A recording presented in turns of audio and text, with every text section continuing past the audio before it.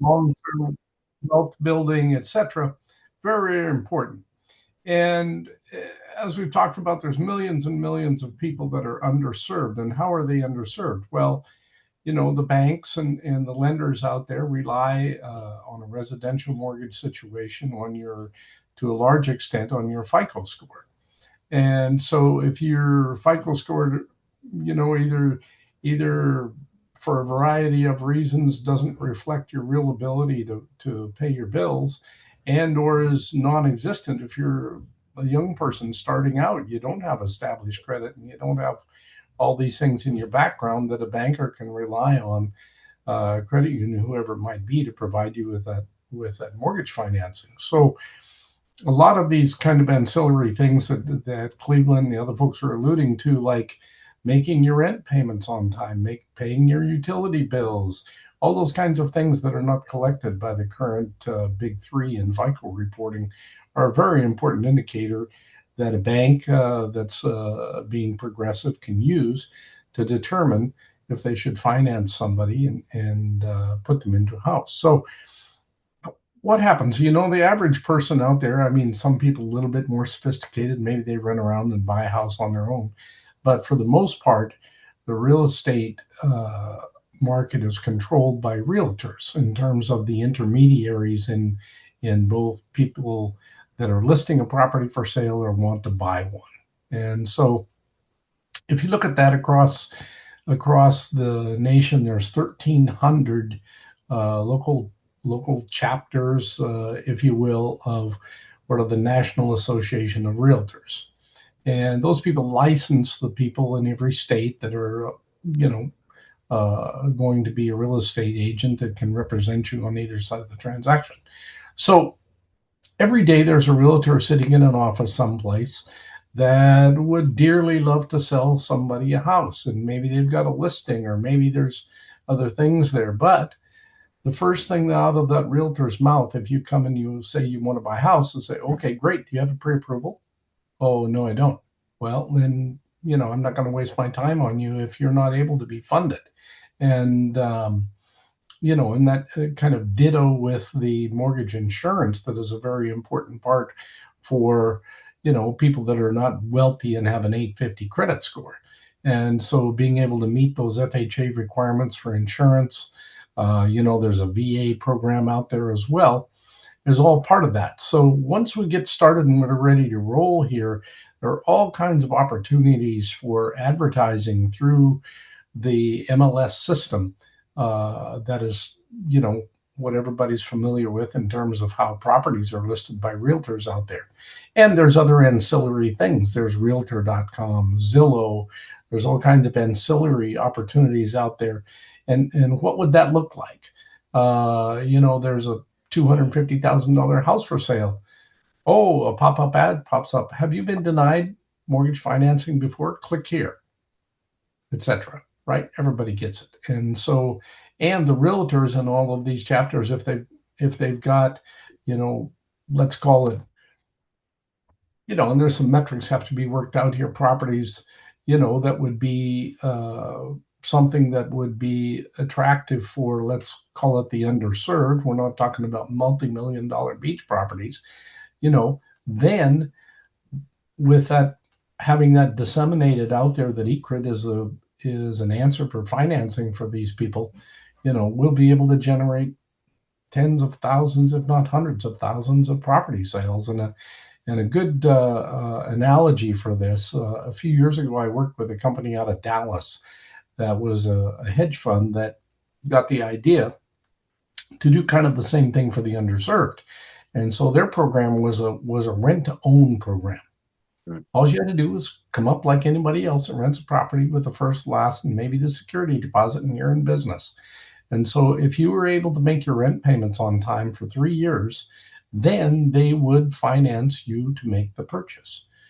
Oh my gosh, it was crazy. I mean, people were getting into this program every day of the week, and it was just a really, really attractive thing. And it gave that person that otherwise was not financeable a way to end up owning a house. And so that's kind of the opportunity that I see out there. I think I just got to take my hat off every time to Cleveland for having the foresight and intelligence, et cetera, to take a look at this, and really a good thing for society in general, if you want to look at it from that perspective. So, um, I guess that's probably all I have to say about it for the moment. Cleveland, thank you again. Thank you, Carl. Thank you. Known Carl for a long time. This is a very tough road that we're taking, but it's exciting. The key is having great talent, great personnel, and really, babysitting ECRID, right? It has to be about ECRID, no accolades, none of that. It has to be about ECRID. And I think I'm very lucky, very fortunate to work with people like Carl, work with people like Ken and Joyce, and I want you to hear John Sickles. I've known him for a long, long time, and he's a no-nonsense guy. He's a bottom line guy, a man of integrity, and he's going to do everything that he can to make sure this system comes to come to fruition. And so uh, John and I talk quite a bit all the time. So many ideas. I mean, I've learned so much from him. But he's going to talk with you about the mortgage. He has the mortgage department. He's the guy. And the EQ score. We've worked on this model for quite a long time. And we've worked with FHFA in DC. I had the privilege. They invited me up to do a presentation being that they're under the conservatorship of Fannie Mae and Freddie Mac. So I had a chance to meet a lot of people in DC, right around the corner from the White House. So firsthand experience, and they were very excited about ECRID and said, look, you guys go out for 6, 7 months with this system you have, and you can show us, that your loan retention is somewhere around that 80 percentile.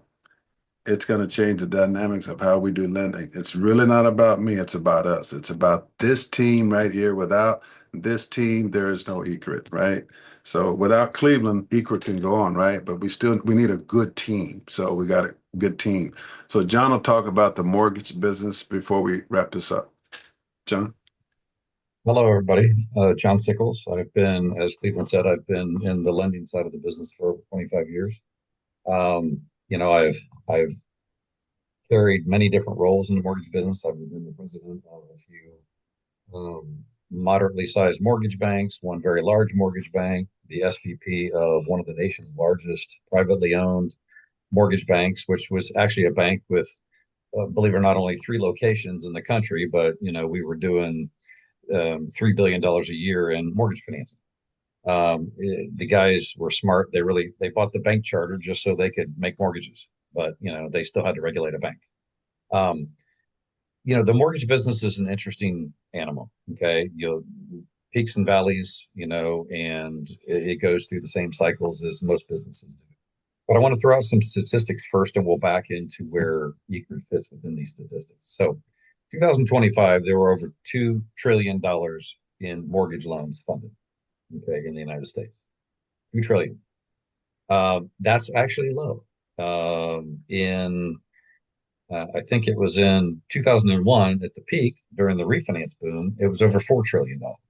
Okay, so this gives you just a small sampling of the market that ECRID is going to be participating in. It's a massive pool with a lot of competition. But where ECRID becomes different is in the utilization of the EQ score. And that EQ score, once it's adopted and in place and being utilized for the credit underwriting portion of a mortgage, that's where the rubber's going to hit the road. Because as Cleveland and I have talked about many times, that the importance of the EQ score is huge, but we have to create like our own pool of funds initially to loan. And once we do that through our capital raise, through stock offerings, then we raise $500 million in capital. We go out and we deploy that in mortgage loans, and then we service those loans. It's that performance of that portfolio that's going to change the world. And once we have that portfolio performance, and like he says, there's over an 80% retention ratio, but over and above that, that delinquency rates and foreclosure rates stay at or below the market averages, that will be the eye opener for Fannie Mae's and Freddie Mac's and all the major wholesale lenders. once we've utilized our own round of funds, we'll be able to then sell that. I got a message in my ear, Cleveland, that the Package, package and sell. okay. No, no, that I got this message in my ear that we timed out on the time. So it looks like we're all still here, so I'm going to keep going. Okay. Wow. All right. All right. So from the standpoint of we might start with $500 million in our own funds to lend, but we will be able to exponentially grow that lendable, basically, box of cash into billions and billions of dollars by being able to take those loan allocations, sell them on the secondary market to wholesale companies, to Fannie and Freddie, once we've established our portfolio's performance, and then the funds will be endless. And the fact that we're focusing on the underserved market, that is a market that's neglected. They're not really attractive to the traditional markets. And while not every one of those underserved clients will be able to be serviced, if we've got 65 million of those people out there and we can assist 10, 15, 20% of them, that is a huge number of citizens that are being given a second chance when it comes to financing. And the fact that the EQ score is virtually self-regulated through the clients by their own reporting, and then making sure that the bill pay stays in place, it makes them more accountable too. I've done this for 25 years. I've turned away thousands of clients because of the traditional model. A client comes to you, they make an application, they give you all their data on their income and their debts and their deposits. Then you pull a tri-merge credit report. Wow, your credit score is a 580. And you've had, over the last 2 years, you had, three mortgage late, or you had three times 30-day late on a car. You've been late 4 times on credit cards. We can't give you a loan. Here's what you have to do. And so I would always have to give them an action plan. Here's what you have to go do. And then maybe I'd see them in a year or 2 years, or maybe not at all. And so the fact that we will have command and control to a certain extent of these clients, because we have an ongoing monthly relationship with them through the bill pay, through the regular communications, possibly through a secured credit card. One philosophy I've learned is the more products you have with a client, the more they rely on you and the more they continue to come back to you for additional service. So, ECRID only has upwards to go when it comes to offering additional services. Now, we've talked about that $2 trillion, volume in 2025, but that's really only part of what ECRID lending can do. ECRID lending, there's a whole world out there of investment property buyers and sellers, okay, that don't necessarily fall into that $2 trillion. There are investors out there that are buying houses, renovating them and flipping them, and then converting them to long-term rentals. There are small balanced commercial loans for apartment buildings and other vehicles, other types of real estate investment. There's just a lot more lending that we can do besides just a mortgage to an individual buyer to buy their own home. So while that's our starting point and that's our initial mission, where ECRID can go with ECRID lending is really not limited to that at this point. Yep. Well, thanks, John. Yeah. And let me tell you one joke, Cleveland. So, you and I think Ken were talking, I've done a lot of commercial loans in my life too. I mean, because that was part of my lending platform was small balance commercial loans, like up to $5 million. And the joke was, we'll lend you the money if you don't need it. Right. From the banking world. But as soon as you need it, maybe we're not going to lend it to you. So, yeah. Yeah. Interesting. Wow. Yep. That's a plethora of information there, John. And, we talk about the $2 trillion, and John and I talk about so much more beyond that. And this $15 million raise, we want to get this done here in the next 2 weeks maximum. We want to close it out. We want to move forward. And we may have an allotment of an additional 15 million shares, but at a higher price. So there's 15 million shares at $1 a piece. But after we raise the first 15 million, we probably end up well, beyond a shadow of a doubt, somewhere between 3 and 5. I mean, our cap table is pretty tight, so it's nowhere but uphill for us, right? So it's a great opportunity for you to be involved at this level, as an accredited investor, that is. And so if you want to be an investor, you go to ECRID.com. You can pull down I think you click on Investor Relations, and you'll see the 506 Reg C. It was done by Fox Rothschild, our law firm, over 1,000 lawyers, really strong law firm, a hell of a securities division. So we paid them a lot of money to get that document done the way it's supposed to be done, the right way.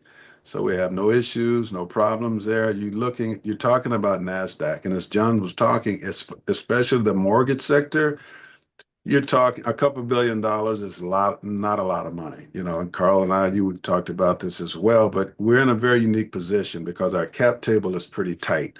And I think with this new EQ scoring model we have, the way bill pay integrates with the various verticals that we have, I mean, it's a needed platform for those. It's not a luxury brand. It's ECRID is like a low-host brand, right? You need it. You need it if you want to improve your financial condition. You need it. And that's why these verticals were created. So you can come in as a consumer and start benefiting and changing your financial position, right? You work hard, you pay taxes, and you want to enjoy some of the American pie. So we created a system for that to take place. So we're excited about it. But for those who want to invest in ECRID, the opportunity is there at ecrit.com. You click on Investor Relations, you'll see the 506C. And the next meeting we have, I'll have Laura on, the securities attorney for ECRIT. We want to wrap this up in about 2 weeks. We don't want to go past 2 weeks with this. So hopefully you've gotten more insight on ECRIT and what we do. It's time to perform, right? We want to make you money. We want we want to make a positive impact, with you as a consumer, as an investor. So we're excited. So I appreciate Joyce, Ken, Carl, John, and everyone that attended the call. And hopefully we'll have another one next Tuesday and see how far we've come as far as the capital raise. And I appreciate your time. Hopefully we didn't keep you too long. At 6:45, we got out of here pretty quick, right? So I'm going to head down to McDonald's and get a Big Mac. Take care. I'll see you next week. Thank you. Thanks, Thank you, Cleveland. everyone. Take care, Garrett. Bye. Take care, Cleveland. Thank you. Well, good evening.